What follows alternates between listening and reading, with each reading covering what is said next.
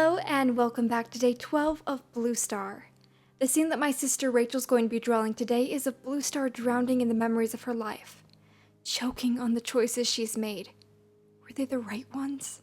I'll read this scene to you now. It's on pages 3 through 4 of Bluestar's prophecy. Bluestar narrowed her eyes, still fixed on the pack leader.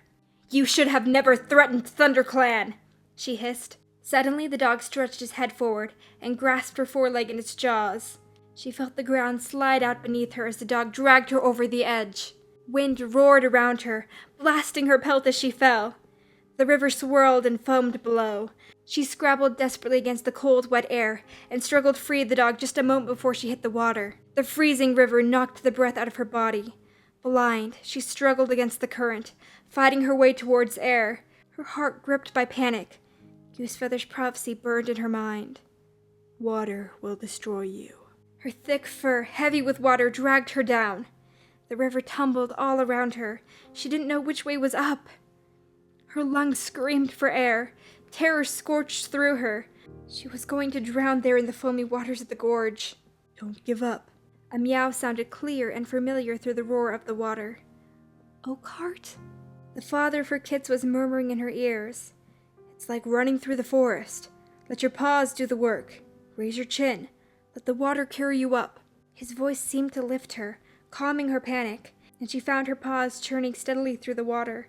Her heart, tight with pain, slowed as she strained to raise her chin, until at last the wind whipped at her face. Coughing and gagging, she snatched a gulp of air.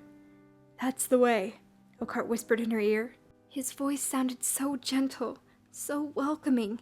Perhaps she should just let the river sweep her away into the softness of his fur. Bluestar, swim! Head for the bank! Oakhart's mew was sharp now. Our kits are waiting. Our kits? The thought then hit her like a lightning bolt. You can't leave them without saying goodbye. Energy surged through Bluestar as she began to fight once more. A dark shape buffeted her, knocking her underwater again, as she struggled to the surface, spluttering as water filled her mouth and caught in her throat. The rolling body of a dog tumbled past her and then was swept downstream.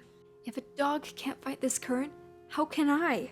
The treetops blurred overhead as the river swept her along. We wanted to draw a scene like this to show some reflection, like Bluestar's life flashing before her eyes just before the end. Did she fulfill her prophecy? She blazed ahead and became leader, sacrificing her kits to do so. But water still destroyed her. Was her fate sealed the moment she laid eyes on Oakhart? Is that when the water seeped into her fate, distorting her future and her mind?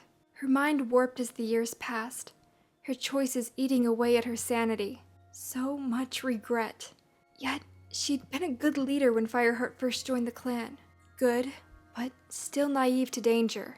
She had ignored Fireheart's warnings about Tiger Claw, and that nearly killed her. She internalized everything, not even sharing her true amount of lives with the clan.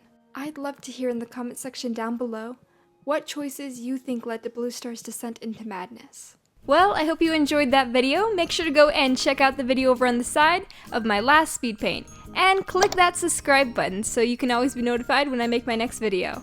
Alright guys, thank you all so much for tuning in. I'll see you soon with the next speed paint. Bye-bye!